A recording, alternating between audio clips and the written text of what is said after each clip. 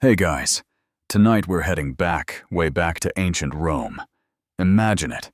The dusty heat of the Italian sun clings to your skin. Your ears fill with the slap of sandals, the creak of wooden carts, and the shouted Latin of traders trying to move jars of olives and questionable sausages. You're approaching the gates of the Eternal City, and everything is buzzing. The air smells like baked bread, horse sweat, and a strong hint of human. Let's just say personal hygiene isn't exactly up to spa day standards here. As you stand before the colossal walls, thick, imposing, and graffitied with crude poetry and election slogans, you suddenly feel very, very small. Rome at its peak is home to over 1 million souls, and you're just one pair of dusty feet trying not to get stepped on by a passing legionary. Oh, and fair warning, you probably won't survive this visit unless you steer clear of contaminated water, loose roof tiles, and the occasional rioting mob. Still want in?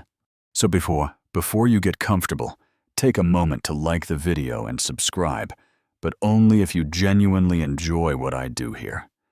And hey, drop your location and local time in the comments. I always love seeing where and when you're watching from.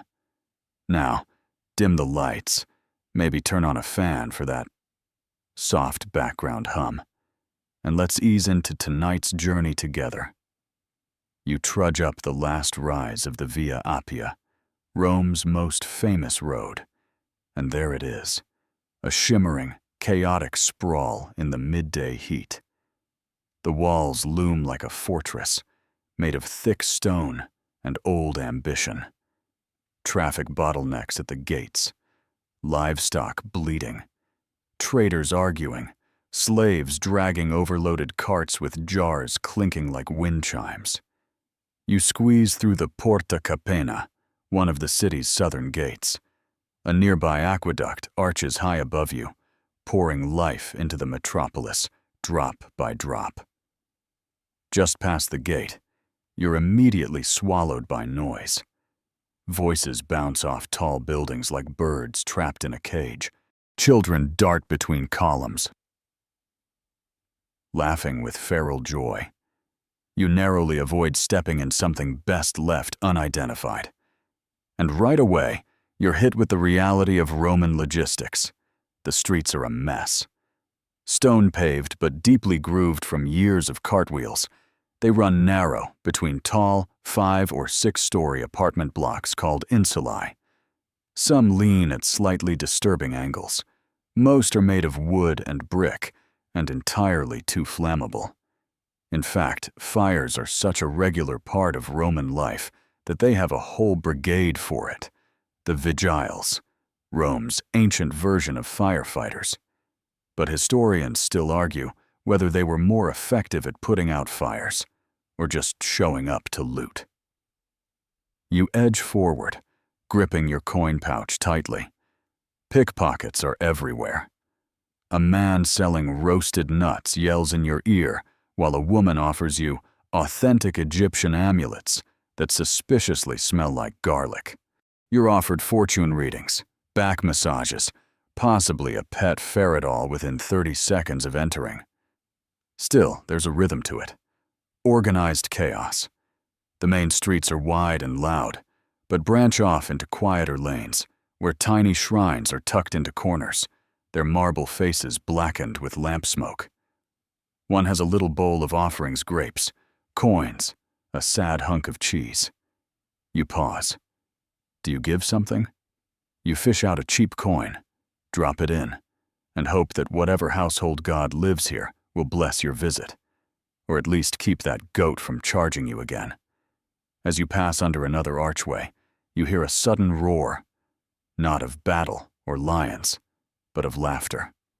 A small crowd's gathered around a street performer, juggling knives while shouting political impressions. You can't understand all the Latin, but the name Claudius and a mimed limp get big laughs. Romans are always mocking their emperors, just, carefully. Because as much as this place is full of jokes and freedom, It's also a surveillance state. The wrong word can land you in serious trouble. A little farther in, you catch your first glimpse of a Roman legionary in full gear. He's standing like a statue near the road, armor gleaming, helmet crest high, expression unreadable. You consider saying hi, but his gladius, that short stabbing sword, makes you think twice. Fun fact, soldiers weren't allowed to enter the city armed. But that rule got bendy, especially under emperors who liked their muscle on display. You duck into a shaded portico to catch your breath. There's graffiti all over the walls here, some of it crude, some oddly poetic. One says, "Lucius loves Cytheris. She loves wine." Another reads, "Beware the donkey. It bites." Classic Rome. Equal parts romance, danger, and total randomness. Archaeologists still argue whether the wall scribblings were serious declarations or ancient memes. As you sip some lukewarm water from your flask, which might be safer than drinking from the local fountains, unless you fancy dysentery, you realize how easy it is to get lost here. The city's layout is more spaghetti than grid. You pass under triumphal arches, past temples with massive columns, and buildings that shift from sleek marble to crumbling brick in the blink of an eye. And then you spot your first public latrine. It's a long bench with holes. Yes, holes. You sit next to strangers, do your business, and maybe chat about the weather. If you're lucky, there's a sponge on a stick for cleaning up. If you're really lucky, it's clean. We'll spare you the fringe details. But let's just say Romans were very into communal everything. Privacy? Never heard of her. A little farther in, you walk by a group of foreigners in mismatched tunics, speaking something that sounds Greek. That's because Rome is a melting pot, or maybe a bubbling cauldron. Traders, slaves, tourists, mercenaries, scholars, all flow into this city from every corner of the empire. You might hear Egyptian, Gallic, Syriac, and Latin all within one crowded market square.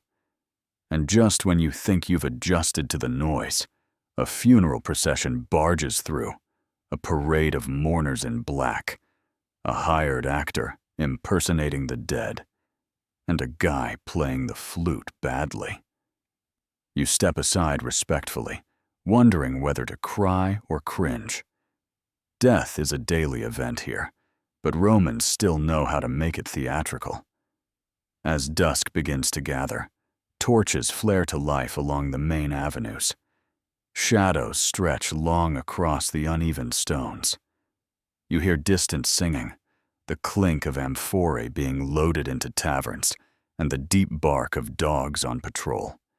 You made it through your first day, or at least your first hour in ancient Rome. And you only almost got run over 3 times. You follow the tide of foot traffic up a wide, gently sloping street.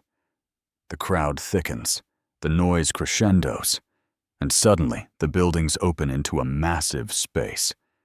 You've reached the Roman Forum heart of the empire, brain of its politics, and, depending on who's arguing, maybe its soul. There's no real map here, no organized signage. It's more like you wandered into history's loudest, most chaotic group project. Pillars jut skyward, broken and glorious. Temples are jammed in beside basilicas. Statues of stern-looking senators line the edges, staring past you with sculpted indifference. You step into the fray, immediately squinting against the midday glare bouncing off polished stone. A rooster crows somewhere, because why not? And a child chases it through a cluster of toga-wearing men. Mid-argument. These are orators and lawyers, turning their lungs inside out over some property dispute involving goats, debts, or possibly both. You edge around them, trying not to trip over a loose paving stone. To your right, you spot the Temple of Saturn. It's hard to miss, Those massive columns still manage to dwarf you, even after centuries of erosion and pigeon damage. This is where the Roman treasury is kept, though the coins are stored deep underground. You won't be seeing any of those today, unless you plan on sticking around for a decade and running for office. Fun fact: Saturn was the god of time, and his festival, Saturnalia, is a week-long frenzy of role reversal, gift-giving, and general mayhem. Historians still argue whether Saturnalia was the model for modern Christmas or just a chaotic free-for-all that conveniently landed near the winter solstice. Either way, if you show up for it, expect gay parties, day drinking, and people yelling "Io Saturnalia" while wearing questionable headgear. Back to your walk, because the Forum has layers. You pass the Curia Julia, where the Senate gathers, its interior dim and formal. Even without a tour guide whispering, "This is where Caesar got stabbed," somewhere near here, you can feel the tension baked into its bricks. No one seems to hang out inside. It's a space for business, not loitering. In contrast, just outside the Curia, life bursts out like an overripe fig. There's a man shouting news near the rostra, an elevated stone platform used for public speeches. You pause to listen. He's denouncing a new grain tax. The crowd cheers, then boos, then cheers again. A few kids pretend to be senators and start their own mini-debate nearby, complete with exaggerated hand gestures and awful impressions of Cicero. You continue down the path, hopping aside as a trio of young women in spotless stolas rush past, giggling and clutching baskets of flowers. Maybe for a sacrifice, maybe just for decoration. In Rome, there's often overlap. Then, you nearly bump into a statue of a very serious man holding a scroll. He's carved with perfect posture, toga arranged just so, eyes staring off toward glory. You read the inscription, Lucius this or that, probably a local hero, maybe a not-so-humble donor. Statues like this litter the Forum. Romans loved putting faces on their pride, and also, on occasion, defacing them when political winds shifted. A side note? Sometimes noses were the first to go. Not by accident. Chipping off a nose symbolically killed a statue without toppling it entirely. Ancient cancel culture, basically.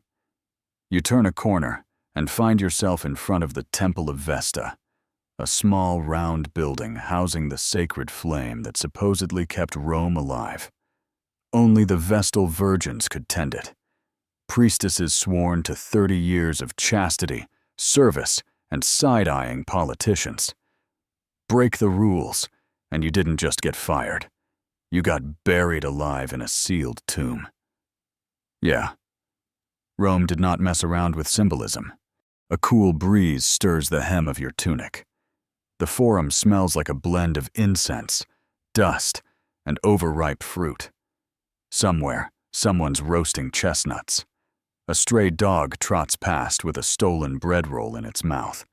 Nearby, a vendor hawks carved trinkets shaped like ears, eyes, and limbs. No, not a horror movie moment.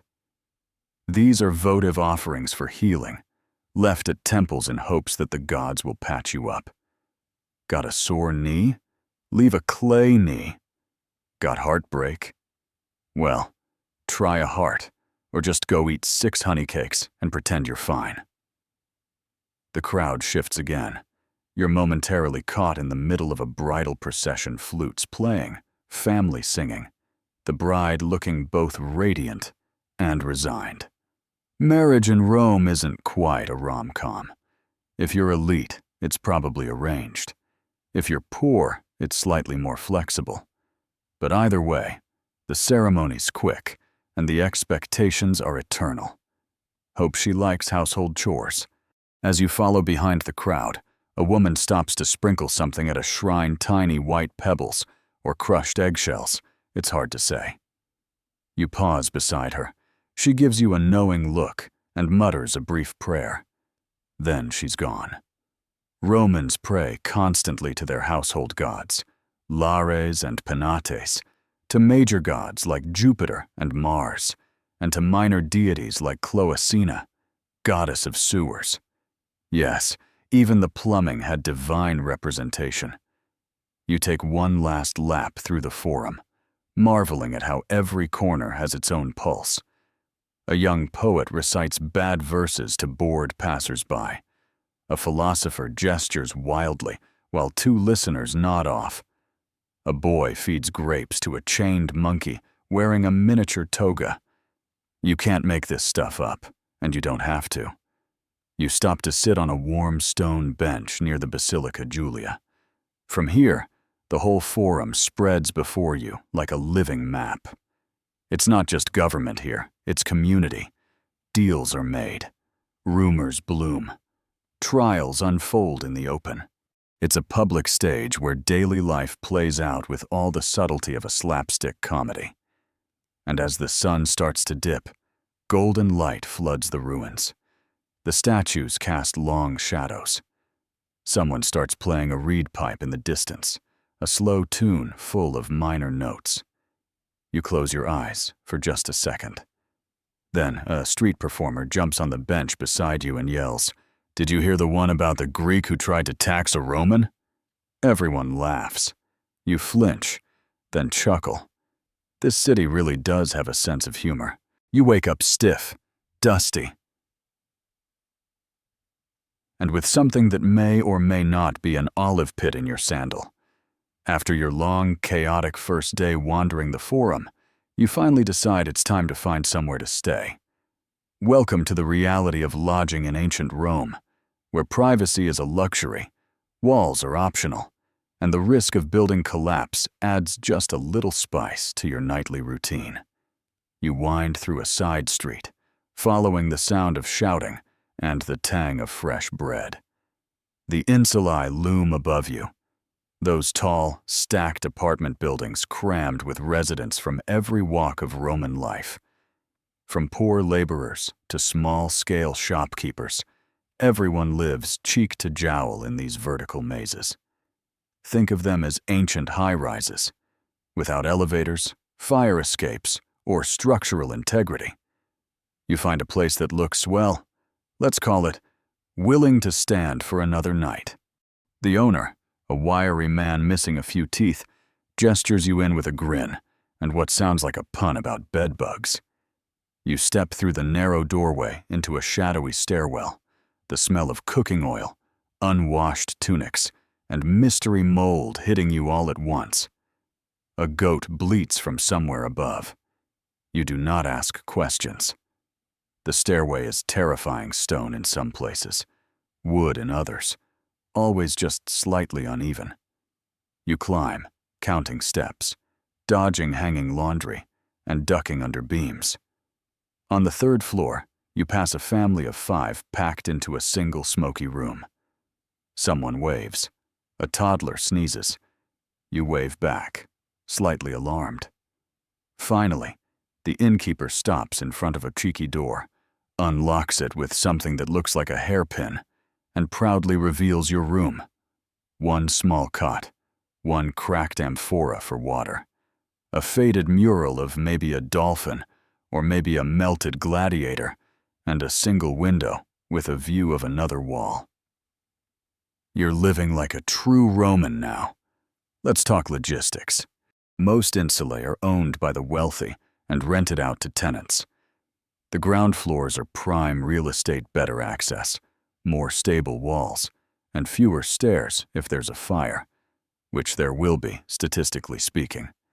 The higher you go, the cheaper and the riskier. Your place, 5th floor. We're not saying sleep in your sandals, but maybe don't get too comfortable. Still, there's charm here. Outside your window, someone's roasting chestnuts on a brazier. A woman leans out of her window across the alley and starts a casual, shouted conversation with the family upstairs from you. A cat slinks along a windowsill, tail flicking. Someone drops a loaf of bread down 5 floors, using a rope and basket system. You wonder if you can do the same with your laundry. Then comes the sound of music and out-of-tune lute, maybe a sistrum, and the chatter of neighbors winding down. You settle in, tuck your pouch of coins under your pillow, and try to find the least lumpy part of the mattress. Is it straw? Is it hay? Is it something that used to be a pillow and is now mostly bugs? You decide not to investigate. As the night deepens, the noise doesn't really fade. It just changes. Somewhere, a baby cries. A couple argues, probably over olives. A dog barks once, twice, then gives up. You hear footsteps above, someone pacing. Or maybe a pet goat with insomnia. Either way, you roll over and try to drift off, staring up at the faded ceiling and wondering how anything in this city ever gets quiet. Of course, not everyone stays in insulae. If you're rich, and we mean filthy rich, you live in a domus, a private home with an atrium, a garden, and maybe even running water. But you're getting the full plebeian experience, and that includes the shared latrine down the hall, which we will not describe here because this is a bedtime story, and we're trying to not give you nightmares. Here's something fun and mildly terrifying. Historians still argue whether most insulates were built to any kind of consistent safety code. Some speculate there were height limits, but enforcement was, let's call it, flexible. Fires were common, collapse wasn't rare, and even the poet Juvenal joked about the danger of living in upper floors. If the ceiling doesn't fall on you, he said, the neighbors' drunken singing might. Still, there's community. Rome is packed, yes, but that closeness means you're always part of the action. You hear the gossip before it hits the forum. Someone's cousin knows a guy who saw an actor sneak out of a senator's villa. Someone else swears the fish vendor is secretly Greek. And everyone has an opinion on chariot racing, especially when wine's involved. As the sun rises, so does the smell of breakfast. Someone's boiling lentils nearby. You head down the stairs, careful not to twist an ankle, and step into the alleyway. The city's already pulsing with new energy vendors setting up stalls, priests lighting incense, a man chasing a chicken like it insulted his mother. You stretch, yawn, and realize you survived your first night in an insula. Bonus, nothing collapsed, no one robbed you, and you only stepped in one questionable puddle. That's what we call a win in ancient Rome. And just before you disappear into the crowd, a boy runs up and offers to shine your sandals for a fee, of course. You nod, because hey, you've got to look good for the forum, or at least better than the guy snoring in the doorway behind you. Your stomach grumbles so loudly it could get you arrested for public disturbance. Time to find breakfast. You follow your nose, and a trail of shouting, sizzling, and that unmistakable scent of something both delicious and possibly questionable. Welcome to a Roman morning market, where chaos is a condiment, and everyone's haggling like it's an Olympic sport. The market street, maybe the Forum Boarium, or one of the smaller district ones, is already in full swing. Merchants shout from under faded awnings. A boy balances a stack of clay pots on his head. Chickens dart between baskets of olives and heaps of lentils. You nearly trip over a basket of eels, which immediately slither back into the shadows like tiny aquatic drama queens. You sidestep a cluster of fishmongers who are arguing over the freshness of a mackerel. One holds it up dramatically and shouts something about Neptune's vengeance. Another pokes it, sniffs, and pretends to faint. You make a mental note not to eat fish today. Shh.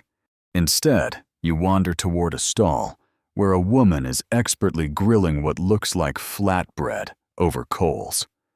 She smears it with garlic oil and folds it around a chunk of cheese and a few wrinkled figs. It smells amazing, and she slaps one into your hand without asking if you want one. You do. It's warm, crunchy, sweet, and sharp all at once. Breakfast of non-imperial champions. Food here is fast, local, and extremely seasonal. No freezers, no preservatives. If it's not in season, you don't eat it, unless you're rich and importing snow from the Alps to chill your peaches. Yes, that was a thing. Historians still argue whether those snow-packed amphorae were practical or just an elite party trick, but either way, not on your budget. You munch as you walk, checking out stalls stacked with dried dates, pine nuts, pungent cheese, and clay jars of garum Rome's beloved fermented fish sauce. You pause, curious. A vendor lifts the lid. You recoil. "It's an acquired taste," he says, smiling as if his nose gave up years ago. Next to him, another stall sells roasted dormice. Yes, the rodent stuffed with spices and dipped in honey. It's a delicacy, allegedly. You decide not to be that adventurous this early in the day. Instead, you buy a pomegranate and spend 5 minutes trying to open it without looking like a barbarian. You fail. Elegantly. Nearby, a man is selling what he calls thermopolium food hot meals from a countertop with inset clay jars. You peek inside one and see stewed lentils, another with chickpea mash, and another with something that might be snail stew. It's hard to tell because it's bubbling in a vaguely threatening way. Still, the smell is rich and herby. If you're a Roman without a kitchen, and most insulae tenants are, this is where you eat. It's like fast food, but with more potential for food poisoning. You sip some watered-down wine Posca, really, the cheap sour kind that soldiers and the lower classes drink, and it helps cut through the early morning smells of open drains and goat sweat. Romans rarely drink water straight, unless it's from a trusted aqueduct-fed fountain. And even then, there's some side-eye. After all, some public fountains double as communal pet washing stations. Don't think too hard about it. A man bumps into you and apologizes by offering a fig. You take it. His tunic is covered in what looks like chalk dust. A stone cutter, maybe? Everyone here is something vendor, craftsman, apprentice, pickpocket. The streets are packed with trades and tradespeople. You pass a tanner, a cobbler, a man who makes nothing but wax masks for funerals, and another selling sandals that are absolutely not stolen. Wink. One quirky stall catches your eye. It's selling cosmetics, powdered lead for whitening skin, charcoal for eyeliner, and perfume made from roses, myrrh, and possibly donkey sweat. You pick up a tiny vial labeled Eternal Youth and raise an eyebrow. The vendor shrugs. "It works," he says. "Just not always the way you want." As you continue down the street, someone hands you a flyer well, a bit of wax tablet with an ad for a local bakery. Another shouts about a comedy performance happening later. There's an energy in the air, a buzzing tension between survival and spectacle. Everyone's got something to sell, a joke to crack, or a story to spin. But it's not all fun and figs. You pass a beggar with a badly bandaged leg. A soldier tosses him a coin, then keeps walking. A woman with 2 children sits in a shadowed doorway, humming an old lullaby. Rome is vast and powerful, but it's not kind to everyone. The divide between rich and poor is inescapable. That senator gliding by in his spotless toga won't be stepping into this market. Suddenly, a loud clang rings out, and a man starts shouting about theft. People scatter. You press yourself against a pillar as a boy sprints past, clutching a loaf of bread. He vanishes down an alley before anyone catches him. The baker yells a few curses and then sighs, brushing flour from his beard. "Next time, I bake it with pepper," he mutters. "Make him think twice." Things settle again. That's the thing about Rome. It's resilient. Chaos is just the opening act.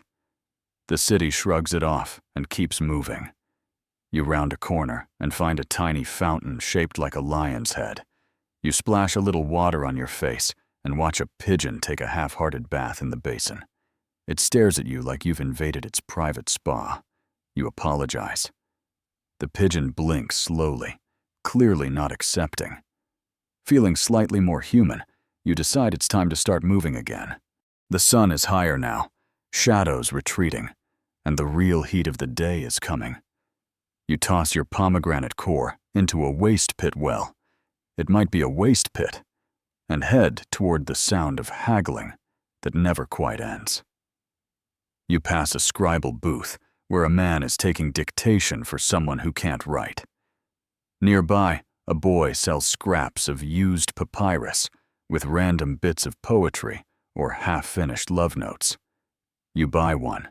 It reads, "To Julia, your eyes are like olives, possibly overripe."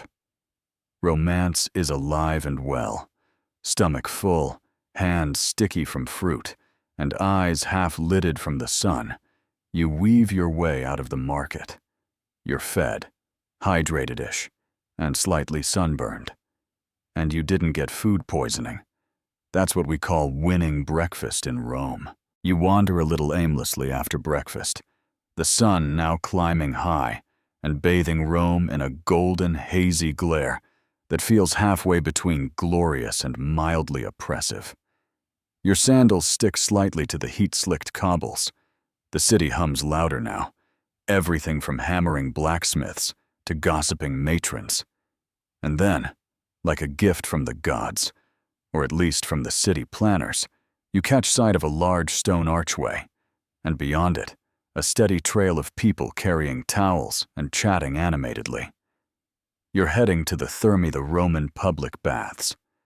To call it a bathhouse is kind of like calling the Colosseum a sports venue. This is where hygiene meets social hour, business deals meet back massages, and occasionally, elbows meet ribs, in a spirited game of towel flicking. You fall in with the crowd, entering the baths of Caracalla. One of the largest and most luxurious bathing complexes in the empire. Its facade is grand, plastered in mosaics and flanked by gardens. Slaves and attendants scurry around the entrance, guiding guests, hauling buckets of coals, and shouting reminders not to wear sandals in the pools. Inside, the space opens up like a cathedral vaulted ceilings, echoing footsteps, marble everywhere. It's like a temple dedicated to relaxation. You pay a small fee to enter, unless you're lucky, and it's a sponsored day. Some wealthy senator might be footing the bill to gain public favor. Historians still argue whether this was genuine civic generosity or just ancient PR strategy. Spoiler, probably both. You're ushered into the apoditerium, the changing room. There's a row of cubbyholes for your clothes. No lockers, no keys, just trust, and maybe a bribe to the attendant to keep an eye out. You strip down to the Roman equivalent of a Speedo, which is less swimwear and more fabric optimism. Self-consciousness? Not really a thing here. Everyone's in various states of undress, chatting casually about politics, sports, or the best honeycake vendor near the Subura. And then comes the striggle, a thin, curved metal scraper. You hand yours to a bath slave. Don't worry, it's part of the process, and they begin to scrape oil and dirt from your skin with the sort of efficiency normally reserved for paint removal. It's not painful, but it's revealing. You're shocked at what comes off your arm. You try not to think about what's coming off the guy next to you. Once sufficiently oiled, scraped, and probably humiliated, you move into the tepidarium, a warm room. Not too hot, just cozy enough to open your pores and fog up your thoughts. The air is thick with steam and the sharp scent of rosemary. Candles flicker in niches along the walls, and water trickles somewhere nearby. You sink onto a heated bench, sigh, and let your muscles melt. A man beside you sighs louder. "Nothing like sweating out the forum," he mutters. You nod. He launches into a monologue about grain prices, his son's failed poetry recital, and a weird dream he had about a flaming turtle. You listen politely, wondering if this counts as small talk or divine warning. Next up is the caldarium, the hot room. Really hot. Roman bath engineers were obsessed with heat. The floor is raised on brick pillars, and hot air from underground furnaces called hypocausts is pumped beneath. It's clever, efficient, and about 5 degrees short of roasting you alive. You grit your teeth, enter, and immediately understand why people used to faint in here. Your hair curls. Your thoughts blur. Your soul considers evaporation. But you stay, because this is where business gets done. The wealthy talk contracts. The poor listen in. Rumors are traded faster than fashion advice. And there's always that one guy talking way too loudly about chariot betting. You inch closer to the wall, not because it's cooler, but because it's less likely you'll be included in the next political conspiracy. Eventually, a slave pours cool water over your head from a bronze jug. You gasp, blink, and thank whatever minor deity handles not passing out in public. Time for the frigidarium, the cold plunge pool. It's like being slapped by a glacier. You walk in slowly, pretending you're brave, but your knees are already negotiating a retreat. Once you're submerged, though, it's amazing. Crisp, restorative, like your body is rebooting. The cold wakes you up. You start to notice the details again, the glittering mosaic tiles underfoot, the faint scent of citrus oil from someone's bath mix, the faint echo of laughter bouncing down the marble halls. And then you see them. 2 men in one corner debating philosophy with wild hand gestures and mock outrage. Stoicism versus Epicureanism. One is quoting Seneca. The other is quoting Plautus, which isn't quite the same thing. A nearby teen sneaks past them doing cartwheels. Classic Rome serious, silly, sweaty. You climb out and wrap yourself in a linen towel, standing in a shaft of warm light that filters down through a narrow window. You feel clean, slightly sunburned, and more relaxed than you've been since entering the city. There are side rooms, 2 places for massages, facials, yes, really, manicures, even some experimental electrotherapy involving electric fish. Not making that up. The torpedo fish could deliver small shocks and was sometimes used to treat migraines. Historians still argue whether this was actual medicine or just elite-level trolling. You skip the spa fish and instead wander into the library room. Baths often had attached libraries, because why not read about Cicero while drying off? A few men are quietly leafing through scrolls. One is asleep with a philosophy text rolled up and used as a pillow. Another is squinting at a love poem and muttering about meter. You nod at him. He nods back, mournfully. You end your visit in the palestra. The exercise yard. Not because you're planning to exercise, heavens no, but because watching other people wrestle in the sun while you sip a cup of watered wine feels spiritually luxurious. 2 muscular men grapple like greasy statues in motion, cheered on by a few elderly ladies in the shade. It's equal parts sport and soap opera. You linger just a little longer, soaking in the blend of voices, warmth, and water. A flute plays in the distance. Someone laughs. Someone snores. Rome is loud, but here, the noise takes a softer edge. And finally, you rise, skin smooth, mind calm, slightly wrinkled, and ready to face the streets again. You pass back through the changing room, tip the attendant with your last small coin, and step outside into the blinding Roman sun. The bath behind you steams gently. The world feels sharper, cleaner, more ridiculous. A man jogs past with a goose under his arm, yelling something about a cooking contest. And you? You're fresh, rejuvenated, and just a little bit smug. You've officially bathed like a Roman. You head back into the city, feeling like a lightly poached but extremely clean vegetable. The heat rolls over you in waves now, thicker and dustier than before. Rome is pulsing with life, more carts, louder vendors, and a pair of jugglers arguing about who dropped the flaming torch first. But despite all the noise, you notice something else creeping around the edges of daily life. Little altars in doorways, garlands strung between windows, and tiny shrines tucked between market stalls. Welcome to the city of gods, ghosts, and a metric ton of superstition. Because in Rome, the divine is everywhere. You're not just walking past brick and marble, you're tiptoeing through layers of religious expectation.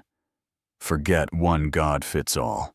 Romans keep a whole cast of characters on spiritual speed dial, and each one has a role, a holiday, and most likely, an oddly specific sacrifice. You pause beside a lararium, a household shrine in someone's entryway. Inside the alcove are tiny painted figures, the lares and penates, guardians of the home and pantry. Someone's left a few grapes and what might be a lump of cheese or soap. You're not sure. You feel like you're intruding, but then someone behind you tosses a pinch of grain in, murmurs a blessing, and keeps walking. Totally normal. Everyone does it. In fact, you probably should too. You toss in a borrowed crumb from your lunch and say something that vaguely sounds reverent. The shrine doesn't explode, so you assume it's fine. But it's not just about home gods. There are gods for thresholds, Janus, sewers, Colosseum, door hinges, no joke, and even mildew, Robigus. Romans don't play around when it comes to appeasing the unseen. The logic seems to be, if it exists, it has a spirit. And if it has a spirit, you better keep it happy, or else your grain might rot, your roof might leak, or your goat might stop cooperating. You walk past the Temple of Fortuna, goddess of luck, where people are pressing offerings into the hands of a sleepy priest. A woman murmurs a plea about her upcoming childbirth. A man offers a small bronze figurine, muttering something about dice and a cursed neighbor. Someone else just leaves a fish and scurries off. You decide not to ask. Suddenly, you hear the jangling of bells and look up. A small procession is moving slowly down the street. A priest in a laurel crown sprinkles wine on the stones, chanting in Latin that sounds like it's being made up on the spot. Behind him, 2 oxen walk solemnly, draped in garlands, and very clearly aware they're the center of attention. You step aside as the procession winds toward a nearby altar. This, you learn, is part of a votive sacrifice, an offering to one of the major gods. If your crops succeed, or your wife gives birth safely, or your lawsuit magically disappears, you bring a gift. That gift might be flowers. It might be incense. Or it might be the ox you were just petting. There's a whiff of barbecue in the air now. You don't ask too many questions. You overhear someone mention the Sibylline books, those ancient oracles kept locked up by the state and only consulted in times of crisis like plagues, eclipses, or if the emperor starts quoting poetry again. Historians still argue whether the Sibylline books were actual prophecy or just ancient political strategy dressed in spooky robes. Either way, no one takes them lightly. You wander into a small alley, looking for shade, and spot a curse tablet nailed to a tree. It's a sheet of lead, etched with tiny, angry letters. May Marcus drop his wine jug, stub his toe, and be haunted by fleas. Ouch. People pay scribes to write these when they've been wronged, stolen from, jilted, cut in line at the Thermopolium. The idea is, write the curse, hide it near a sacred space, and let the gods sort it out. Cosmic customer service. You step cautiously away from the tablet, hoping Marcus gets a break. Or at least some better friends. As you round a corner, you're nearly knocked over by a small statue wrapped in ivy. Someone's prepping for a festival. Maybe the Lemuria, a creepy holiday where Romans try to appease restless ghosts. The head of the household gets up at midnight, walks barefoot through the house, and throws black beans over his shoulder while chanting, "With these beans, I redeem me and men." You can't make this up. The beans are supposed to distract the ghosts. Historians still argue whether this was symbolic or if Romans truly believed in polterbean activity. All around, temples rise up like spiritual lighthouses, each with its own rules, its own cult, and usually at least one very annoyed goose hanging around.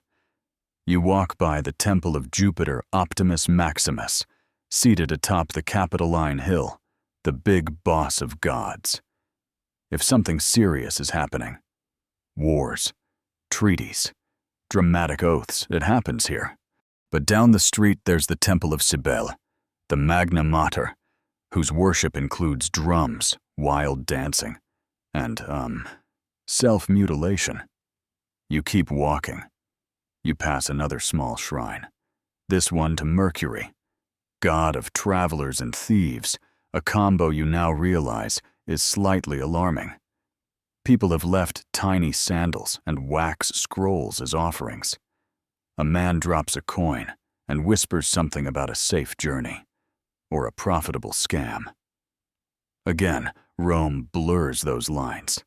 And just when you think you've got a handle on this pantheon, someone leans over and whispers, "Worship Mithras yet." You blink. Mithras? That's part of a mystery cult, a secretive underground religion popular with soldiers. You're invited to an initiation ritual. It involves darkness, masks, symbolic meals, and maybe a bull. You politely decline. One cult a day is your personal limit. And yet, you realize none of this feels weird here. Romans layer religion into everything. Your home, your meals, your commute, your plumbing. Gods are in your bread, in your front door, and in the way you sneeze. Superstition is not some fringe habit. It's how they navigate uncertainty.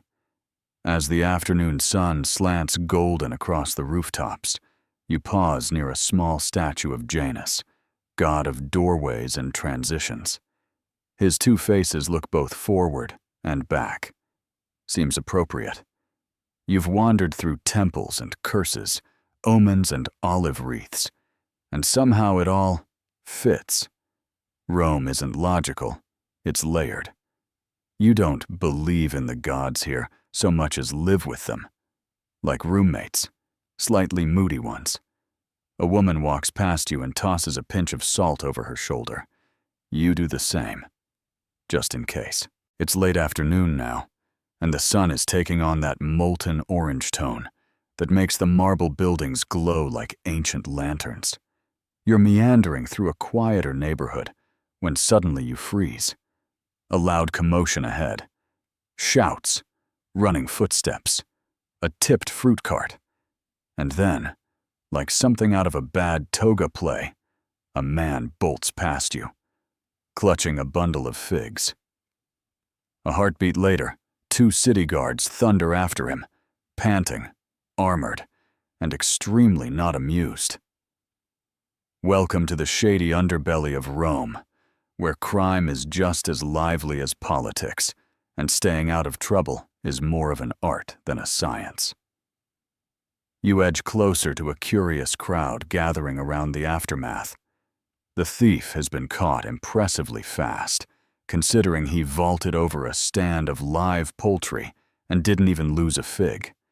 He's now on his knees, shouting something about being hungry and innocent and framed, all at once.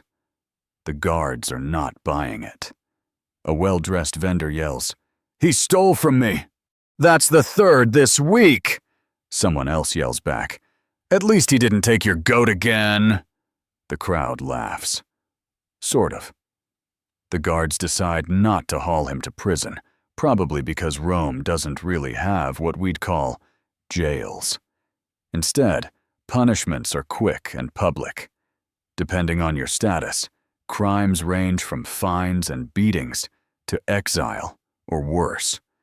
If you're a citizen, you get some protections. If you're a slave, well, let's just say the consequences come fast and with very little mercy.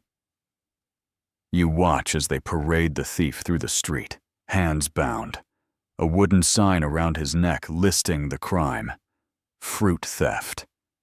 Not the worst label in the world, but definitely not how you want to be remembered. Roman justice is often harsh, but highly visible. The goal isn't just punishment, it's spectacle. Let people see what happens when you cross the line. Let them whisper. Let them remember. You wander on, suddenly very aware of the coin pouch tucked under your belt. Pickpockets are as common as street musicians.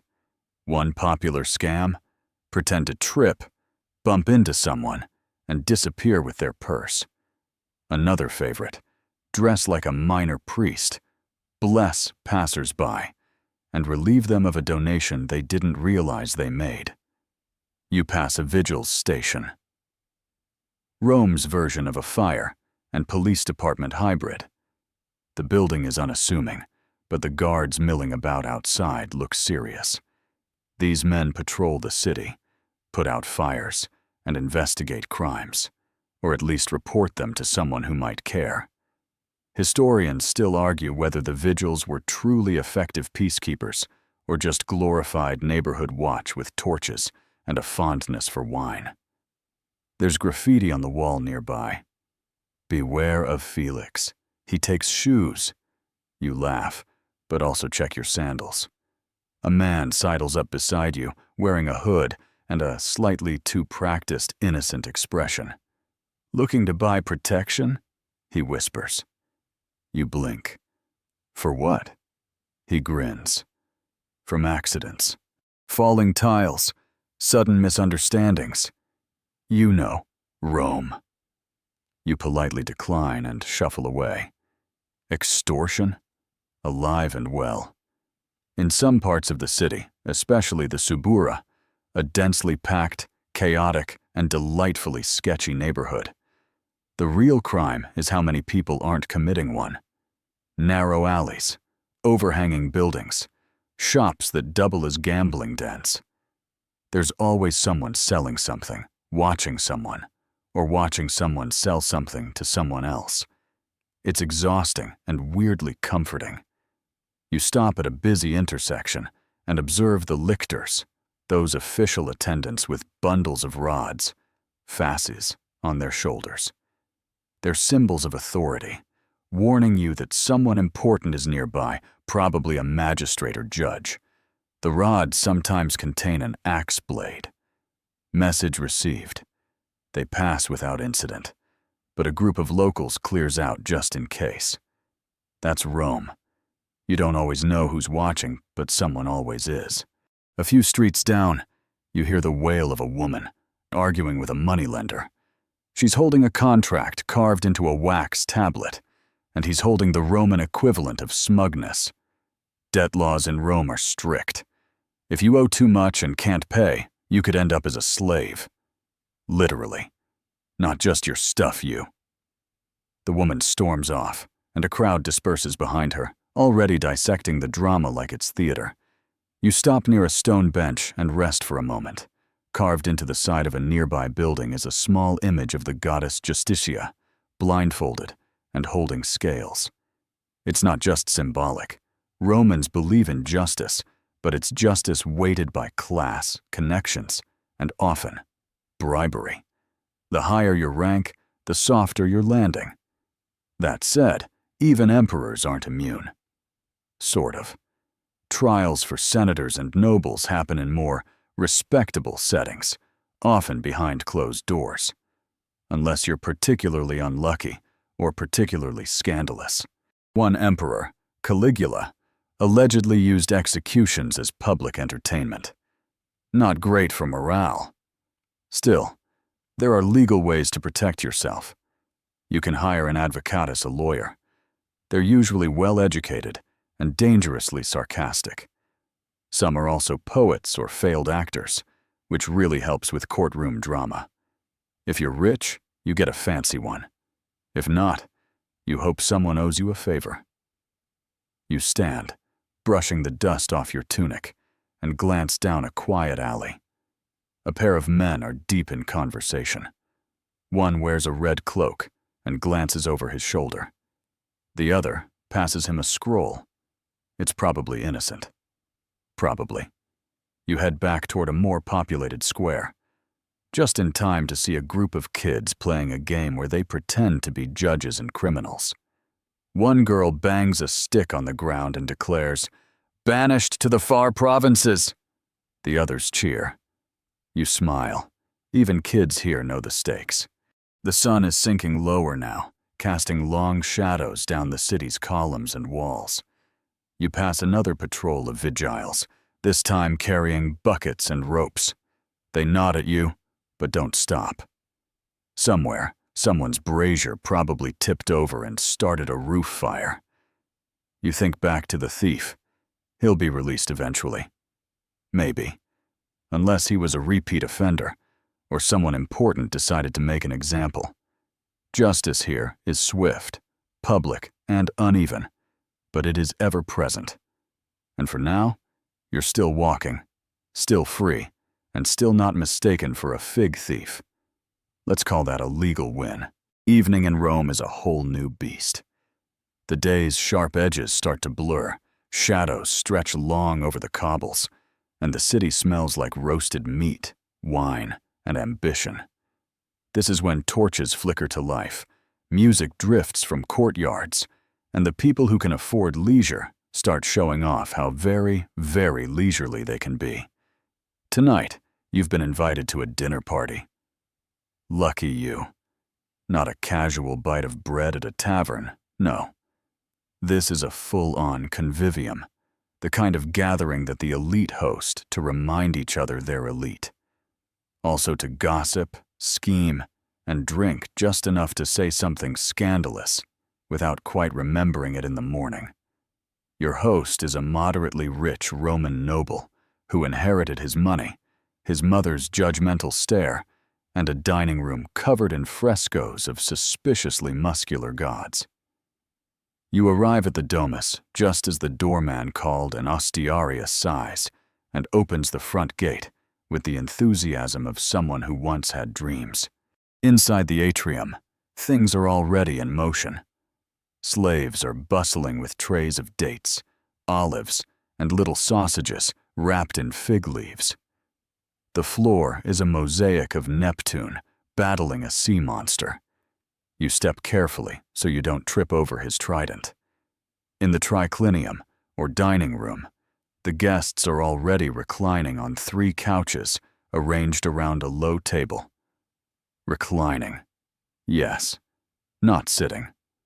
That's how proper Romans eat, lying sideways, propped on one elbow like they're posing for a coin. You awkwardly mirror them, trying not to dislocate a shoulder. If you weren't hungry before, you are now.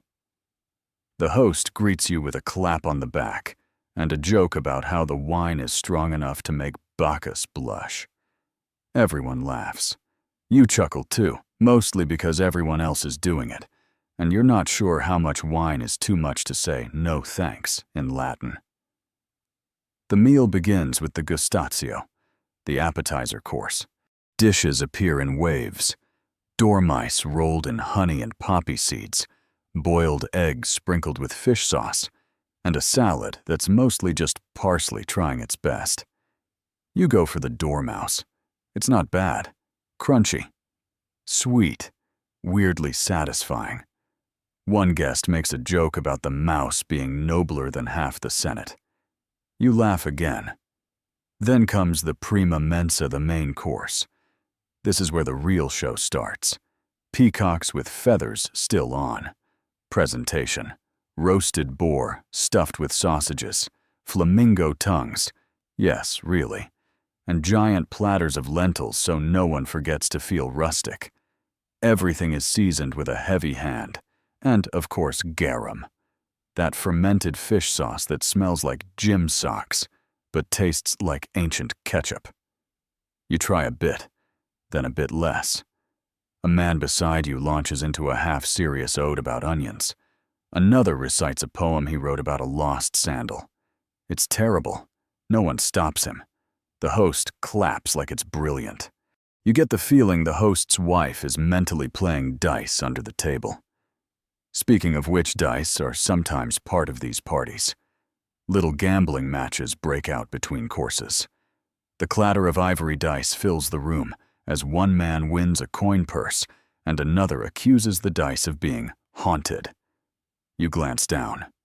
The food is still moving, but so are people's ambitions. The host raises a cup and makes a toast to Minerva, wisdom, and well-aged Falernian wine. The wine, by the way, is no joke. Some vintages are older than your sandals and stronger than your opinions. Romans drink it diluted usually. But by the time the secunda mensa, the dessert course, arrives, dilution is more of a suggestion. Dessert includes honey cakes, candied fruit, nuts, and something unidentifiable in a clay bowl. You ask what it is, and the servant just shrugs. Sweet, he says. That's all you get. Some guests begin telling jokes. One involves a goat, a senator, and a very confused baker. You don't quite get it, but you laugh anyway. Then someone else tells a darker joke about Emperor Claudius's death.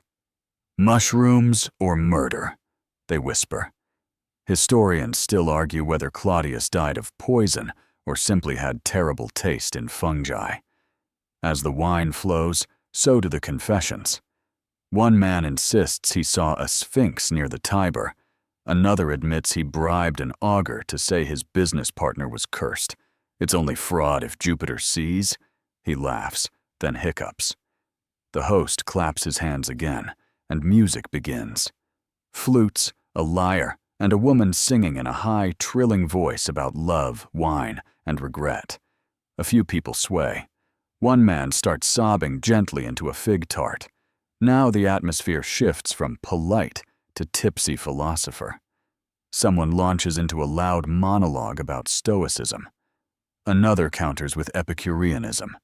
You sit back and pretend to ponder both while sipping your wine and wishing you had a sandwich. You overhear one guest drop a line that could easily ruin someone's political career if repeated. Another draws a quick sketch of the host's nose on a wax tablet. You decide not to get involved. The walls might not have ears, but the slaves do, and information is a currency too. There's a brief moment of chaos when a torch flickers out and a guest shrieks, convinced they've been cursed. Someone lights it again. Crisis averted. Another round of wine is poured. As the evening winds down, the atmosphere softens. People recline a little heavier. Voices drop. One man has fallen asleep mid-toast, wine dribbling from his lip onto a fresco of a heroic boar hunt. Classic. You're offered a scented cloth to wipe your hands, lavender and something citrusy, probably from Egypt. Romans love their imports. You dab politely and try to find your legs again after hours of half lying on a couch. As you leave, the host thanks you profusely, already talking about the next gathering. "We'll do shellfish," he says. You nod, trying not to think about fermented oyster pudding. Outside, The city is cooler, darker, humming with distant music and flickering torchlight. You breathe in deeply and realize something. Roman dinner parties aren't about the food. They're about performance, status, connections, secrets whispered under garlands of ivy. You survived it. You didn't offend a senator, insult a poet, or pass out in a peacock. That's a win. It's barely dawn, but the streets of Rome are already pulsing with excitement. The air has that electric buzz of expectation mixed, of course, with the usual tang of horse sweat, spilled wine, and bread that's somehow already stale. Today's different. Today, you're heading to the Colosseum. You've been warned to arrive early, so you join the massive flow of humanity slaves, citizens, merchants, and a suspiciously cheerful man selling date pastries from a woven basket. Everyone's heading in the same direction, like migrating geese, only noisier and wearing sandals. As the Flavian amphitheater, what we now call the Colosseum, rises in the distance, you actually gasp a little. It's enormous, staggeringly big. Stone and arches piled so high they seem to bend the sky. It's said to seat over 50,000 people. You're not great at estimating crowds, but judging by the shoulder you just got elbowed with, you believe it. You shuffle into the entrance assigned to your social class. Rome's big on seating arrangements. Senators and the elite get the front row views. Merchants and middle-class citizens get the middle tiers. Women, except Vestal virgins, and the poor get the nosebleed seats. Slaves? Well, they're here too, just not with you. Inside, it's cooler than you expected. Stone and shade doing their best to fight the Roman sun. The arena is a marvel. Sand covers the stage, which can be lifted to reveal underground trapdoors, elevators, and holding pens for animals or unfortunate stagehands. Beneath your feet lies a whole hidden world called the Hypogeum, a maze of corridors where gladiators and beasts wait their turn to emerge in chaos and noise. You finally find a seat and squeeze in. It's already packed. A boy next to you is eating boiled chickpeas out of a pouch, tossing some to a pigeon and some to his sister. Not in that order. The games begin with a venatio, a staged animal hunt. The crowd erupts as gates fly open, and out gallop men armed with spears, nets, and wild overconfidence. Behind them, a bear, 2 ostriches, a leopard, and somehow a crocodile. Yes, a real one. It waddles out like it's lost, pauses, then lunges at a man with a net. Screams, cheers. Someone throws their wine in the air. Historians still argue whether all these animals were actually fought, or sometimes just paraded around before being carted back underground. But today, at least, there's plenty of action. The ostriches make a break for it, one vaulting a barrier and sending a vendor flying. A nearby senator claps like it's his birthday. You shift in your seat. It's equal parts thrilling and terrifying. The crowd loves blood, but not just for the spectacle. It's about dominance, control. Rome conquers beasts the way it conquers people. It tames chaos. Well, usually. After the hunts, there's a break. Vendors swarm the steps, shouting about honeyed nuts, cold wine, and mystery pies. You spring for the nuts. The pie's labeling is vague enough to make you nervous. Plus, there's still the main event. The sun's climbing higher now. Torches are doused. Shade sails are pulled tighter above the amphitheater, rippling like giant Roman bedsheets. Slaves struggle with the ropes. Those sails are heavy.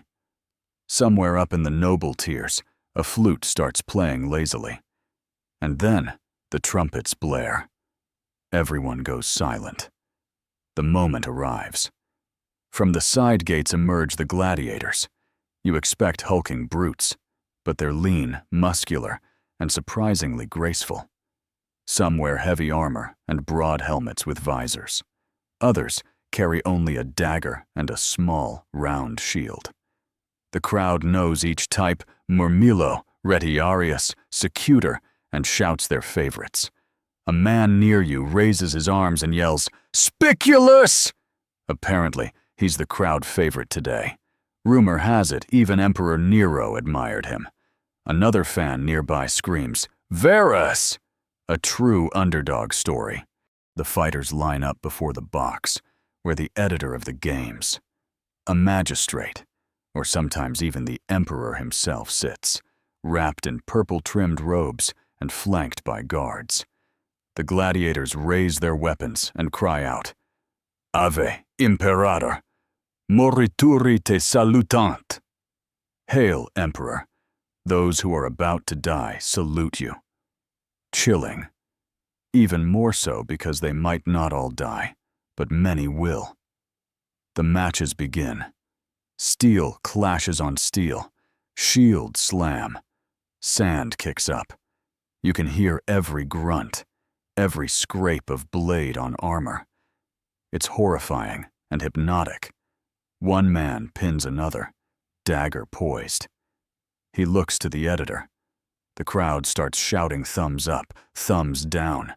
It's hard to tell which means what. Historians still argue whether the thumb really decided life or death, or if it was more about audience volume and how many drinks the editor had. The defeated man is spared. The crowd cheers. Mercy feels like its own form of power here. Another match begins. This time, it's a Retiarius Annette and Trident fighter versus a Secutor, with a smooth helmet and curved sword. The net fighter dances like a fish on land, light on his feet. But the Secutor closes in. A few minutes in, and it's over. The Retiarius lies in the sand, twitching. A pool of red slowly soaks beneath him. You swallow. The crowd roars. One woman throws a garland into the arena. You didn't come expecting something gentle, but seeing it live hits differently. These men are warriors, slaves, celebrities, trained, pampered, brutalized. They might earn freedom after years or die before dinner. Then there's a ludus intermissio as a break with staged comic fights, or clowns dressed like gladiators, complete with oversized foam swords. Comic relief. One trips on his own helmet and falls into a water trough. The crowd loses it. Even you laugh, mostly from the emotional whiplash. You sit back, dazed and sun-drowsy. The games stretch on. There are more fights, more blood, more shouting. Someone behind you spills wine on your shoulder and doesn't even apologize. That feels very on-brand. By late afternoon, the crowd starts thinning. Sunburnt and emotionally exhausted, you make your way out with the swarm. Outside, the streets buzz again, but the energy's different now. Louder, looser. Romans just watched the empire perform its dominance, and they felt it. You pass by two men reenacting a match with sticks and buckets for helmets. One kid chases another yelling, "I'm a lion! Roar!" You smile. Sort of. You survived your first Colosseum experience. Your ears are ringing, your stomach's uneasy, and your sandals are full of grit. But you've seen a cornerstone of Roman identity. Spectacle is power, entertainment is discipline, and violence dressed in ceremony. You start the walk back through the city, trying not to step in spilled garum or get run over by a pie cart. Rome, you think. Always a show. It's late afternoon now, and after the thunder of the Colosseum, the rest of Rome seems almost quiet. Well, not quiet, but less like an epic poem and more like the casual footnotes of a scroll. You wander away from the arena's looming arches, shoulders a bit sore, feet dusty, ears still ringing faintly from that last trumpet blast. As you turn down a street off the Via Sacra, Your stomach reminds you that gladiator games may fill your mind, but not your belly. Luckily, you're about to experience one of Rome's less glamorous, more delicious institutions, the Thermopolia. Think of these like fast food joints for the ancient world. There's no golden arch, but there is a wide counter with inset terracotta jars called dolia, steaming gently from beneath. One is filled with lentils and barley stew. Another seems to be just melted cheese and onions. A third one might be wine, or something pretending to be wine. You order with a few bronze coins, and the owner, a grumpy man missing 2 teeth, but not his opinions, slaps a steaming bowl into your hands and nods you toward the steps. You sit under a shaded awning, scooping your food with a crust of bread that's harder than your resolve. It's good, surprisingly good, spicy, comforting, maybe even nutritious, although Romans didn't care much about protein counts or carbs. Beside you, a pair of laundry workers argue about the upcoming chariot races. One says the greens are clearly cursed. The other claims the blues pay off their drivers. Both agree that the reds are dramatic and the whites are boring. They turn to you suddenly. "What's your faction?" one asks. You panic. Greens?" You guess. They nod like you've just shared a deep secret. Now fortified with lentils and accidental alliances, you explore the Forum Boarium, the cattle market. Turned civic hub, merchants shout prices in increasingly annoyed Latin. You spot slabs of meat hanging beside wheels of cheese and piles of imported dates. A boy chases a runaway goat, shrieking. A woman offers you a necklace made of glass beads. Egyptian, very lucky, she insists. You pass. You already have enough cursed souvenirs. Next, you wander toward a public bathhouse, drawn by the scent of lavender and the sound of echoey laughter. Romans love their baths, and not just for cleanliness. This is where business deals are made, gossip is traded, and back hair is silently judged. You pay the small entry fee again, a few coins, and step into the apoditerium, the changing room. You strip down, modesty isn't particularly Roman, and hand your belongings to a slave attendant, who tucks them into a wall cubby with all the enthusiasm of a man who's seen too many sandals. First stop, the tepidarium. Warm, steamy, and tiled in calming colors. You sit on a stone bench, slowly easing into the heat. Around you, men discuss Senate votes. A baker grumbles about grain prices. And 2 teenage boys pretend to sword fight with reeds. A passing oil boy, Unc Torres, offers you scented olive oil to rub into your skin. You oblige. It smells like orange peel and ambition. Then comes the caldarium, the hot room. Like, really hot. You step in and instantly feel like a dumpling. It's basically a sauna, heated from below by the hypocaust, Rome's ingenious floor heating system. The walls drip with condensation. You sweat like a gladiator's armpit. One man near you shaves with a bronze razor, casually discussing a state law. Another cracks jokes about how his father-in-law can't handle the steam. You chuckle, mostly to stay conscious. You scrape off the oil and sweat with a curved bronze tool called a stragil, trying not to lose an earlobe in the process.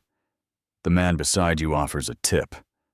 Short strokes, not long ones. You nod gratefully. Roman grooming is a team effort.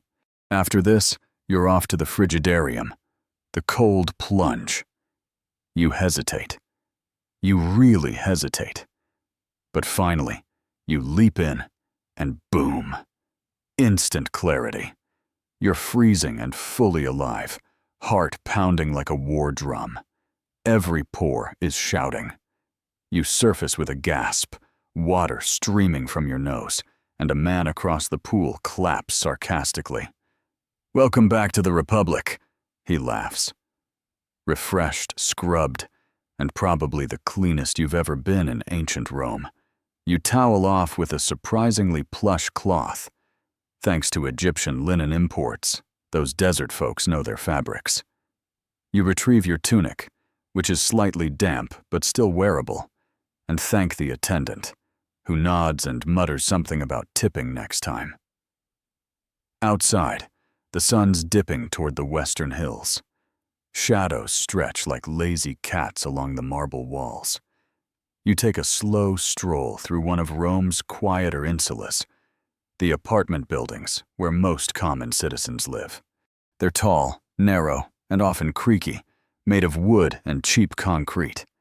Fires are a real risk. You pass one building with smoke marks near the top. A woman leans out a window 3 stories up and yells at her kids in Latin that definitely isn't in the poetry books. The street is lively. A musician plays a double pipe, aulos. Kids kick a stuffed leather ball, and someone's roasting chickpeas over a tiny brazier. You realize these neighborhoods are more than noisy. They're deeply alive. You stop to peek into a small taberna libraria, a bookstall. The books are mostly scrolls, stacked in little clay bins and labeled by subject. Love poems, speeches, farming advice, dirty jokes in Greek. You spot a worn copy of something by Ovid and consider buying it. The stall owner eyes you and mutters, "Careful with that one. He's been exiled twice in just my stories." Night is sneaking in now. Oil lamps flicker to life. You hear laughter from an upstairs window, then a loud crash, then more laughter. The city shifts into a new gear, quieter. Yes, but not asleep. Never asleep. Rome is like that loud friend who insists they're chill, but has 5 social events lined up after midnight. You pass a group of philosophers arguing outside a tavern. One is waving a scroll. Another keeps shouting, "Cicero would weep at you." You smile and keep walking. You finally find yourself near the Janiculum Hill, where the breeze is cooler, the crowds are thinner, and the view? Breathtaking. The domes, the columns, the flickering lights of a million stories playing out below. It's enough to make even a cynical Roman feel poetic. Rome isn't just marble and might. It's stew and sweat, gossip and goat chases. It's where you can watch men die for sport in the morning and debate the shape of the soul over figs by nightfall. You settle onto a worn stone bench and exhale. Today, you ate street stew, watched a crocodile wrestle a man, got oiled by a stranger, and survived a freezing plunge pool. Rome doesn't coddle, it engulfs. And for today at least, you kept up. The moon is climbing higher now, casting soft silver shadows across Rome's tangled streets. But don't even think about heading to bed yet. Your day isn't over. Not in this city. Tonight, you're going to peek behind the curtain to see how Rome's gears really grind. Time to meet the people who keep it running, even if they're rarely invited to the fancy dinners. You start your late-night stroll near the edge of the Aventine Hill, where the breeze off the Tiber smells faintly like wet clay and yesterday's fish sauce. The streets are quieter than they were earlier, but not silent. You hear sandals scuffing, muffled laughter, a dog barking at absolutely nothing classic Roman dog. By the glow of oil lamps, you spot 2 public slaves scrubbing graffiti off a wall. One sighs dramatically as he erases a love poem dedicated to someone named Flavia. The other shrugs. "She probably dumped him," he says. You chuckle, walking past. Even in the shadows, Rome's got drama. You round a corner and find yourself by a row of insulas, those tall, often precarious apartment blocks we've mentioned before. A night watchman stands leaning on a post, eyes half shut, but still alert. His job? Keep an eye out for thieves, fire, or, let's be honest, mostly thieves. You nod to him. He nods back. There's a kind of silent agreement. Let's both pretend we're not slightly terrified. Inside these buildings, whole families are packed into small, dark rooms. Kids sleep in straw-stuffed mats on the floor. You hear a lullaby in Greek drifting from a window, maybe a nanny from the east. Some families can afford small oil lamps. Others just trust the moonlight. Privacy isn't really a thing here. You sneeze in the street, and someone 2 stories up mutters, "Salve." You yell back, "Gratias." Rome doesn't sleep. It dozes with one eye open. You keep moving toward a street where you know the fullers work, the ancient Roman laundry industry. And wow, you smell it before you see it. Acrid, sharp, unmistakable. Urine. Yep. Romans cleaned their clothes with human pee. The ammonia breaks down stains and grease like magic, and fullers were known to collect pots of it left in alleys by obliging citizens. Think of it like recycling, just way more personal. You duck your head into a fullonica and find a team of men and boys stomping tunics in large stone vats, singing as they work. The garments are then rinsed, dried, brushed with clay, and hung out in the night air to crisp. One worker offers to refresh your tunic. You politely decline. Your dignity's hanging by a thread already. From there, you head toward the tanner's district, where animal hides are soaked and scraped and turned into leather. It's a rough business, physically brutal, constantly stinky, and socially low-ranking, but essential. The leather from these shops becomes sandals, belts, shields, and book bindings. You see a young boy working beside his father, sharpening a curved knife on a whetstone. His hands are cracked and dark with dye. He gives you a tired smile. You give him a nod that means, "You're tougher than me, kid." Historians still argue whether many of these trades were passed down strictly through family lines, or if slaves and freedmen filled most of the roles. The truth is probably messy, like most things in Rome. Not far away, you pass by night bakers, rolling out dough for tomorrow's bread. Huge communal ovens glow like little volcanoes, and the air smells finally amazing. Warm yeast and toasted grain. You linger just long enough to snag a crust end from a tray. No one stops you. Maybe they recognize that look in your eyes, the look of someone who's eaten too many lentils today. As you continue, you spot a woman weaving wreaths by lantern light. She's preparing for tomorrow's religious festival. She hums softly, pressing bay leaves into a wire ring. Her hands are deft, confident. She might be poor, but her work will end up on the brows of Rome's elite. That's how this city works, layered and linked. You're deep in the Suburra now, the district most outsiders avoid after dark. It's known for its taverns, brothels, dice games, and general sketchiness. A man stumbles out of a doorway clutching a clay jug, humming what you think is a hymn to Bacchus. Or maybe it's just a hiccup with rhythm. Despite its reputation, the Suburra isn't a den of evil. It's just honest. People live here because they have to, not because they like the ambiance of shouting and occasional mugging. You pass a brothel discreetly marked by a carved symbol of well, let's just say it's a very confident fig leaf. Someone whistles. You walk faster. You pass a group of freedmen gathered outside a cramped workshop. They're telling jokes, sharing wine, and laughing too loud. Most were once enslaved. Now they own tiny businesses, bake bread, mend shoes, even run courier services. Their Latin is peppered with Greek, Egyptian, and Syrian slang. Rome isn't just Latin and togas. It's a mosaic of people who all somehow make it work. Barely. One man with a silver earring leans over and says, "You new here?" You nod. He grins. Rome's like a jealous wife.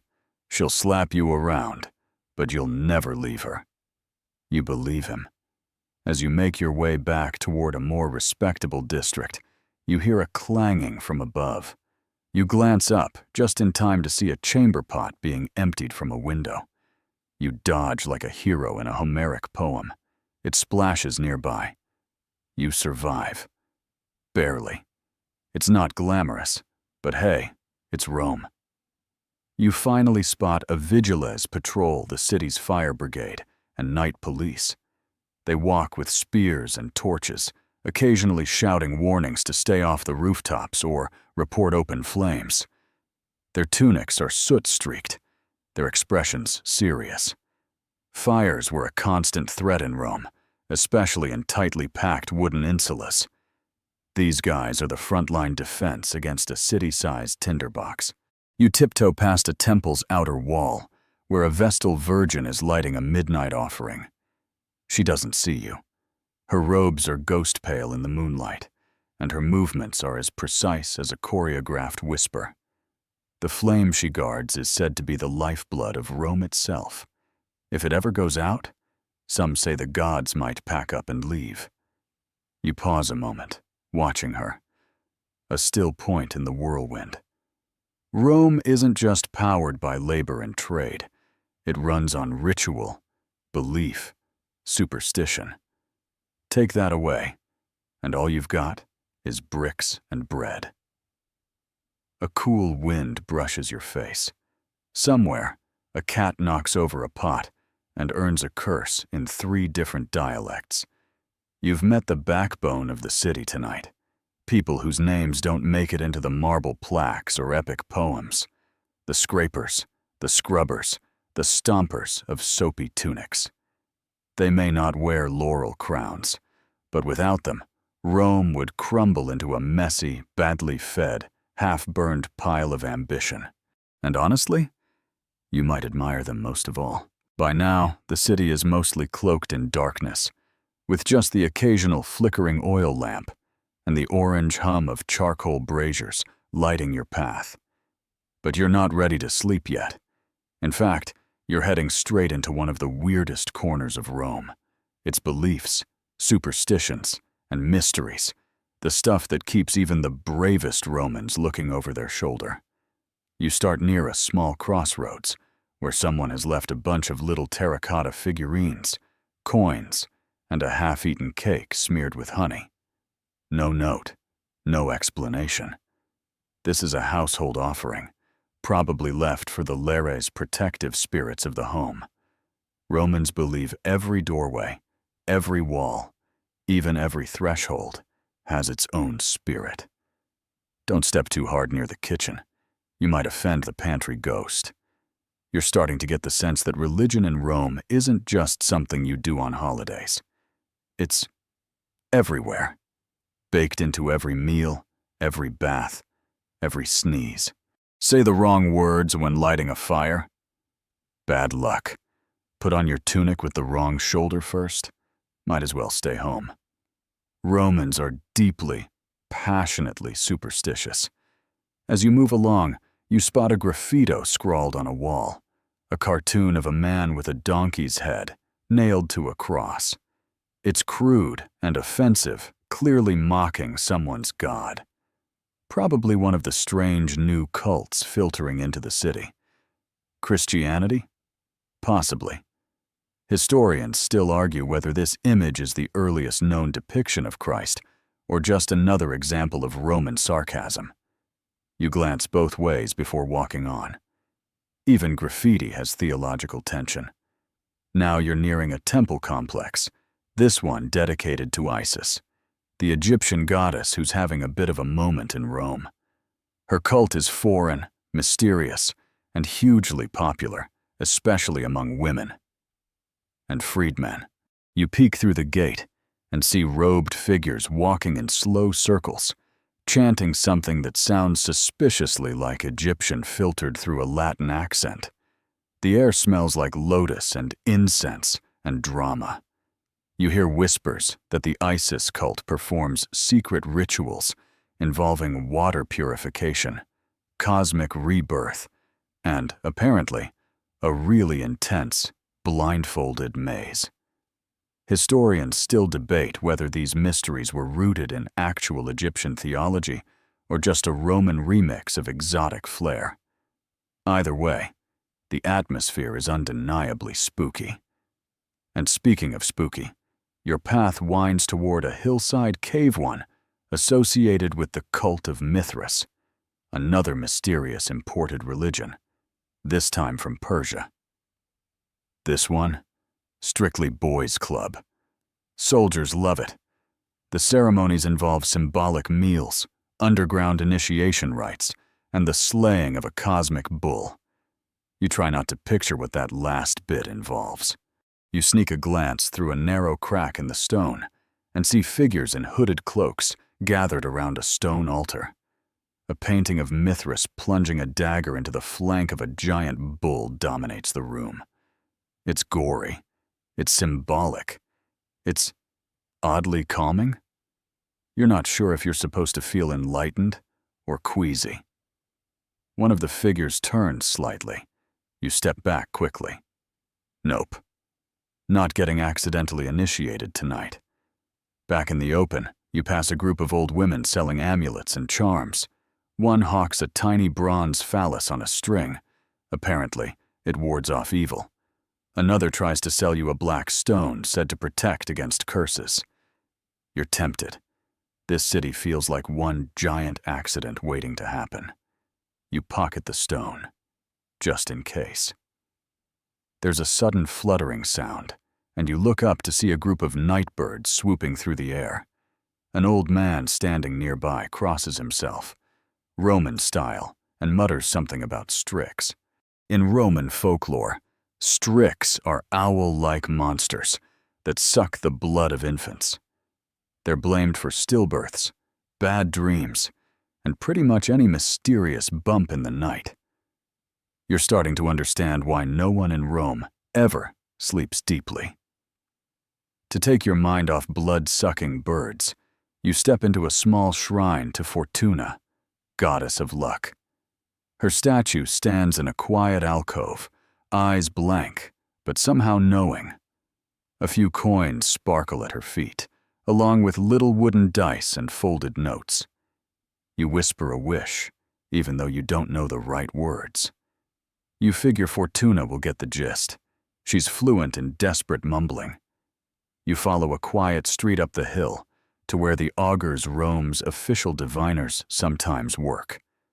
By day, they watch birds fly and interpret omens for politicians and generals. By night, they might be at private rituals, or maybe just sleeping off a too prophetic hangover. Still, you glance skyward. Nothing flapping. Maybe that's a good sign. Maybe not. Ancient Romans took omens seriously. A bad omen could delay an election, cancel a wedding, or cause a general to call off a campaign. One emperor reportedly delayed battle because he tripped over his own toga.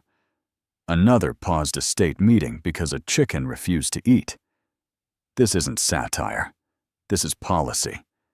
You pass another corner where someone's drawn a magic square, a 5x5 grid of letters that reads the same in every direction. Sator, Aripo, Tenet, Opera, Rotus.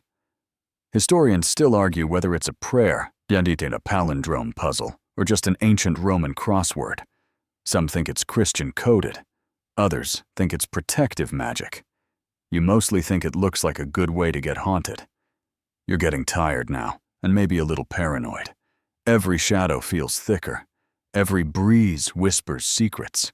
Even the statues seem to be watching you with a "don't touch that" kind of energy. You head toward the forum, hoping the open space will feel safer. Instead, you find a funeral procession winding its way past the basilica. Torches flicker. A flute wails. A professional mourner wails louder. Romans believed a noisy send-off helped usher the soul into the afterlife. You silently hope this guy makes it, wherever he's going. A man dressed in a wax mask representing the deceased's ancestor walks near the front. It's meant to honor the family line. You wonder what it's like to walk in your great-grandfather's face. Creepy, but also kind of touching. You pull your tunic tighter as the wind picks up. Rome doesn't just fear death, it ritualizes it, folds it into law and prayer and architecture. The dead are always present here, literally beneath your feet. Catacombs snake under the city. Tombs line the roads just outside the walls. You're never more than a few steps from someone's eternal resting place. Suddenly, a stray dog barks loudly, making you jump. You laugh, a little too hard. It's just a dog, not a ghost. Probably. You finally settle on the steps of a closed temple, breathing deeply. Rome's spiritual world is intense. Gods, ghosts, omens, curses. Half the city runs on superstition. And the other half? Too afraid to ignore it. You glance up at the stars, wondering if Jupiter or Mars is watching. Or maybe Fortuna. Maybe all of them, sipping ambrosia and placing bets. Whatever the case, you've survived your first night among the spirits of Rome. So far, your soul is still intact. Probably. You awaken to a soft, golden light spilling across the stone walls. Morning in Rome again. Your feet are sore, your tunic's wrinkled, and you're still vaguely haunted by the memory of that wax-faced funeral mask, but there's no time for lingering. Today, you're stepping out of the city center to see what life looks like outside the walls, where things are different. Calmer, sort of. Safer. Debatable. You make your way through the Porta Appia, one of the great gates leading out from Rome. Just beyond it, the Via Appia stretches straight and proud, like a Roman brag made of stone. It's lined with tombs, huge, elaborate family mausoleums that double as status symbols. You pass the tomb of Cecilia Metella, a circular tower that looks more like a fortress than a final resting place. Because nothing says eternal memory like a 60-foot cylinder with your name carved in marble. Romans didn't bury their dead inside the city walls. That was against the law.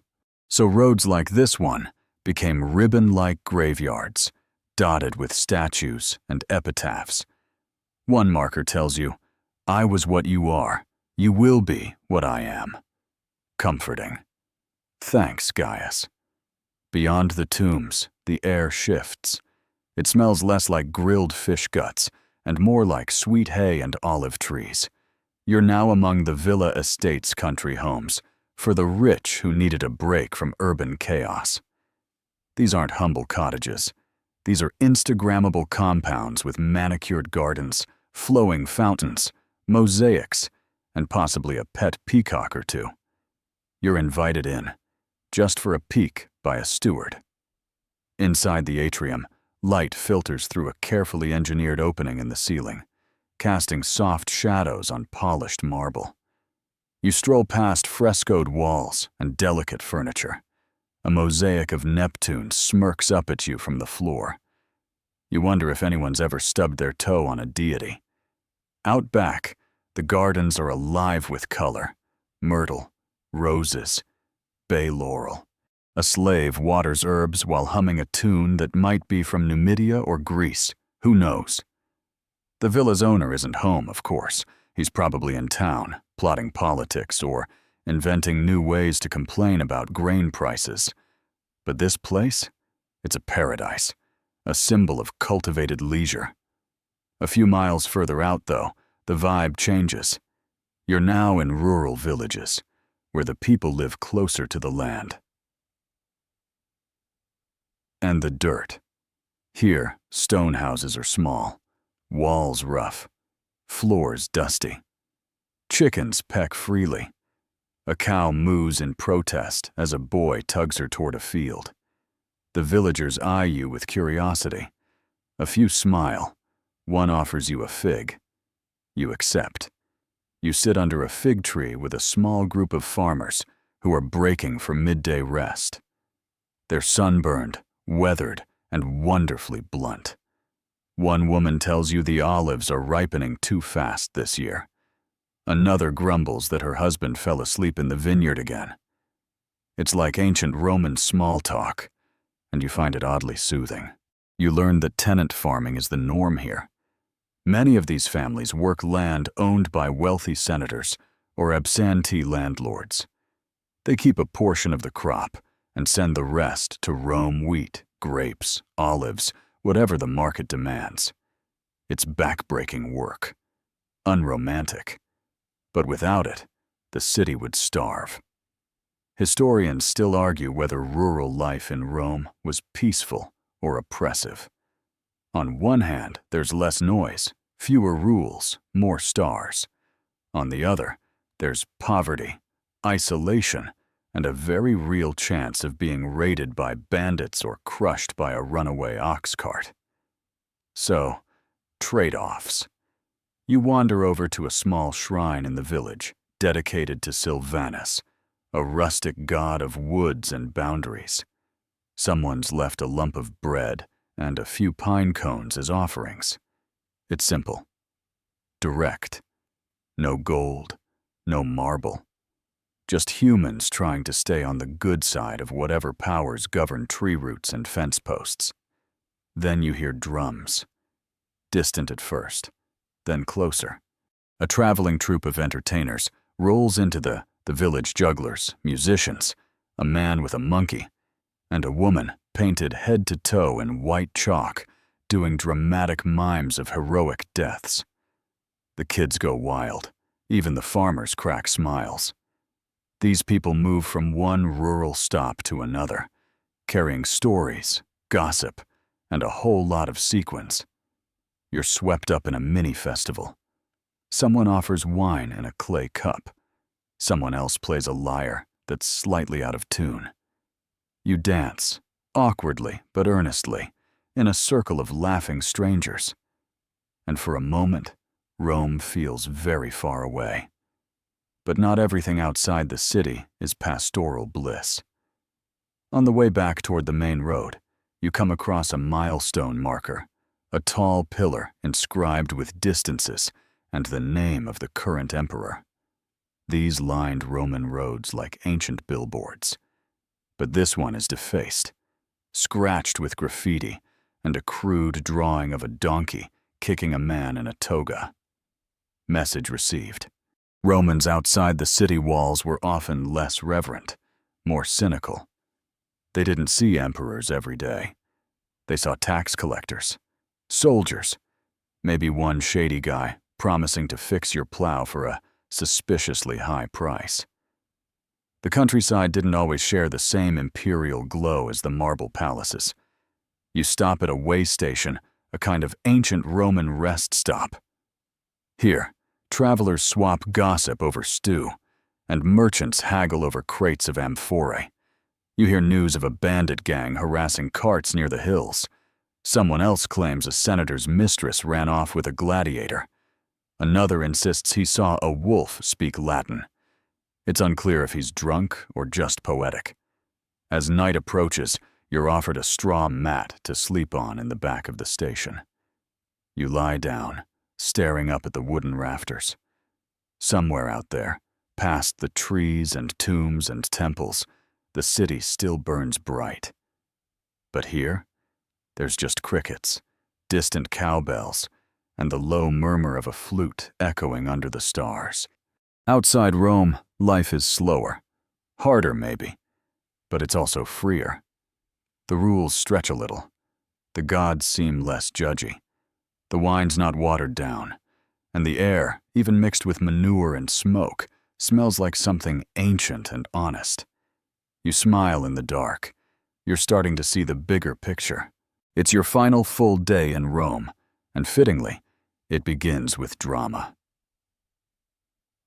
Not the personal kind, although you did dream last night that Emperor Nero stole your shoes. but actual theatrical drama. You've been told that no trip to the Empire's heart is complete without witnessing some Roman entertainment in all its over-the-top glory. You start small. A short walk brings you to a public theater, tucked beside a temple and buzzing with activity.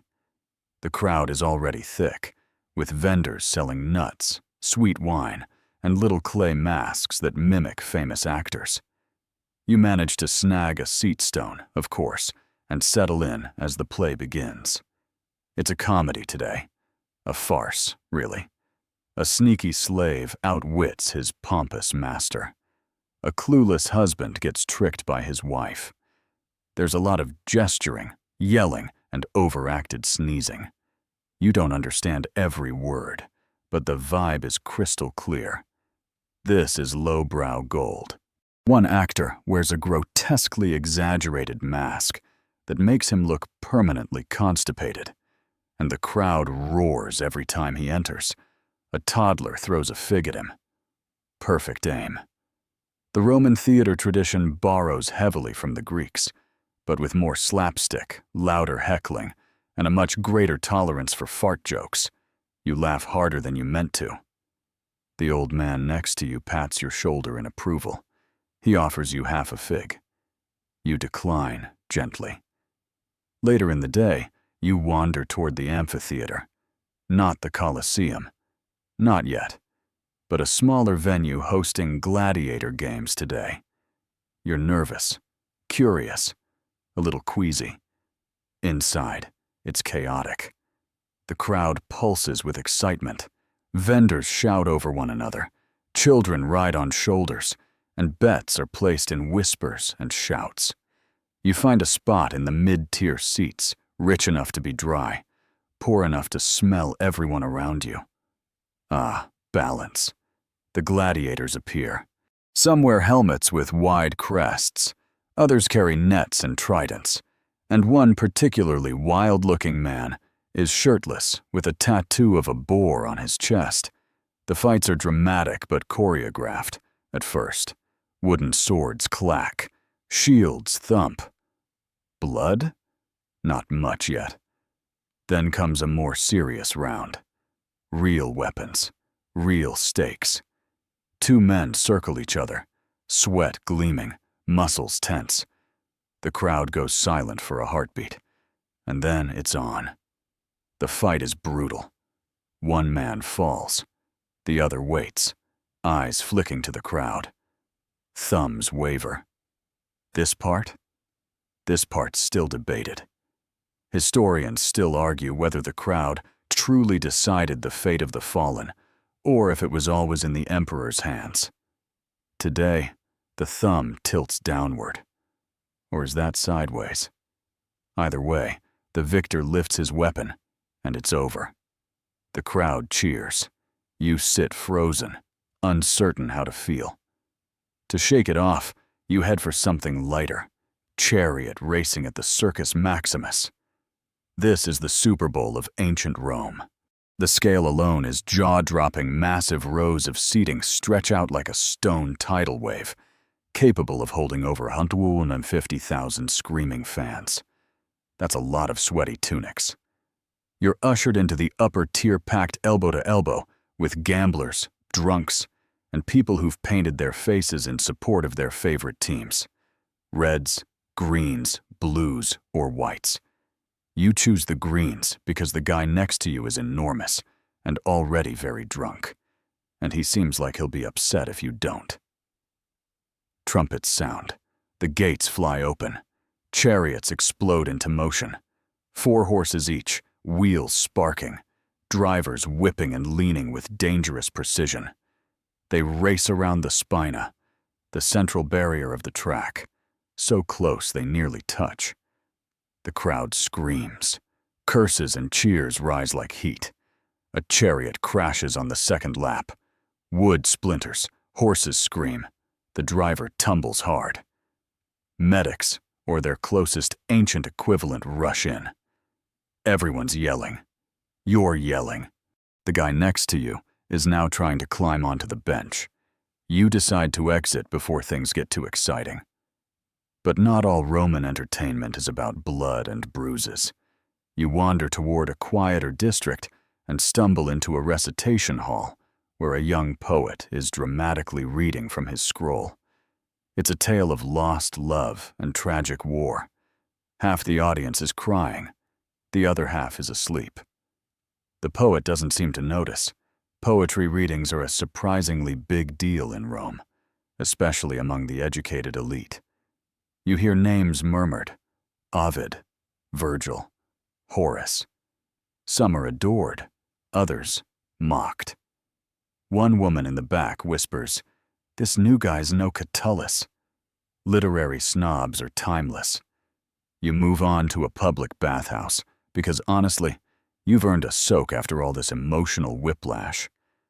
The bathhouse is buzzing, not just with steam, but with conversation. It's like Twitter, but damp.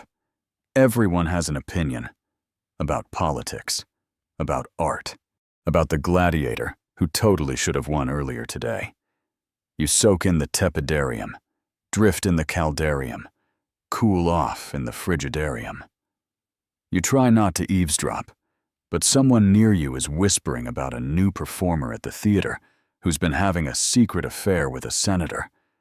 Or maybe it was the senator's wife. Or maybe they're the same person. Honestly, the plot is blurry. Someone else is playing a game with colored stones nearby. Ancient board games like Ludus Latrunculorum are a common pastime. You join a round and lose spectacularly. The old man across from you grins and mutters, "Newbie." You accept the burn. As you dry off and dress, a young man recites a dirty limerick in Latin that makes half the bathers laugh and the other half roll their eyes. You only catch half of it, but something about a goat, a senator, and a lost sandal. You're not going to ask.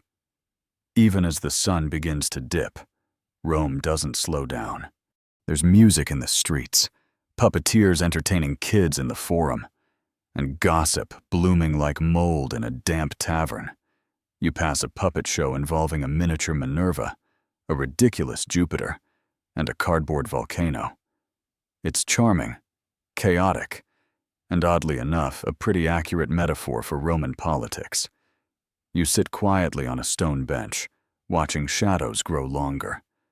Rome's version of entertainment isn't always lighthearted. It can be raw, intense, and unsettling. But it's also deeply human. Romans want to laugh, cry, gasp, and argue, sometimes all at once, and the city never disappoints. As you rise to leave, a man nearby plays a slow, melancholy tune on a panpipe. The notes drift into the sky, winding through the columns and past the rooftops like a soft goodbye. You pause. Listen. Let it sink in. Tomorrow, you'll begin to leave. But tonight, the city still hums with life, and for now, you're part of the show. The final morning comes with a strange weight to it. Not dread, exactly. Just that quiet ache of knowing you're about to part ways with something big, strange, and unforgettable. You stretch beneath a woven blanket in your rented taberna room, listening to the faint clip-clop of hooves and the distant rumble of carts. Rome is already awake. It always is. You pack your things, which takes about 10 seconds. There wasn't much to begin with. Your tunic's definitely not as white as when you arrived. It smells vaguely of olive oil, smoke, and victory. A solid Roman cologne. Today is for saying goodbye. And what better place to begin than at the Forum Romanum, the city's ancient heart. You've passed through here before, but this time, you linger. The marble glows under the morning light. You weave between crumbling columns and cracked pavements, watching the crowd shift like a murmuring sea. Orators shout on makeshift podiums. A man accuses another of theft, theatrically pulling a tunic for proof. Nearby, a woman sells miniature busts of Jupiter and Caesar. The gods and politicians get equal shelf space. You sit at the edge of the rostra, the speaker's platform, where so many great and not so great Romans gave impassioned speeches. Cicero once stood here, gesturing wildly about conspiracies. Historians still argue whether his warnings were patriotic or paranoid. Either way, he ended up with his head nailed to a door. Politics here is not for the faint of heart. Your gaze lifts to the Senate House, still a buzz of activity. Men in white togas pass by, deep in conversation or quiet scheming. You wonder how many of them truly shape the future, and how many are just really good at pretending. A little voice in your head whispers, "Probably the same as now." After a while, you meander toward the Palatine Hill one last time. You climb the same steps as emperors, gladiators, and generations of barefoot children. The imperial palace is spread out before you like an architectural fever dream: domes, columns, vast courtyards, and echoing chambers. Even in ruin, it's overwhelming. You stand in what's left of Domitian's banquet hall, once filled with dancing torchlight and peacock tongues on silver trays. A breeze swirls through. Somewhere nearby, a lizard darts across a sunlit stone. You close your eyes and try to hear the footsteps of centuries past. The view from Palatine Hill never disappoints. The Circus Maximus stretches out below, an empty track now, but you can still feel yesterday's thunder. To the north, you glimpse the Colosseum, its walls catching the sun like a crown. To the west, the Tiber shimmers in streaks of silver. And then, your last stop, the Temple of Janus, or at least what's left of it. Janus, the two-faced god of beginnings and endings, doors and thresholds. It feels fitting. Romans believed that when the doors of this temple were closed, the empire was at peace. They were rarely closed. You place your hand on the worn stone and breathe.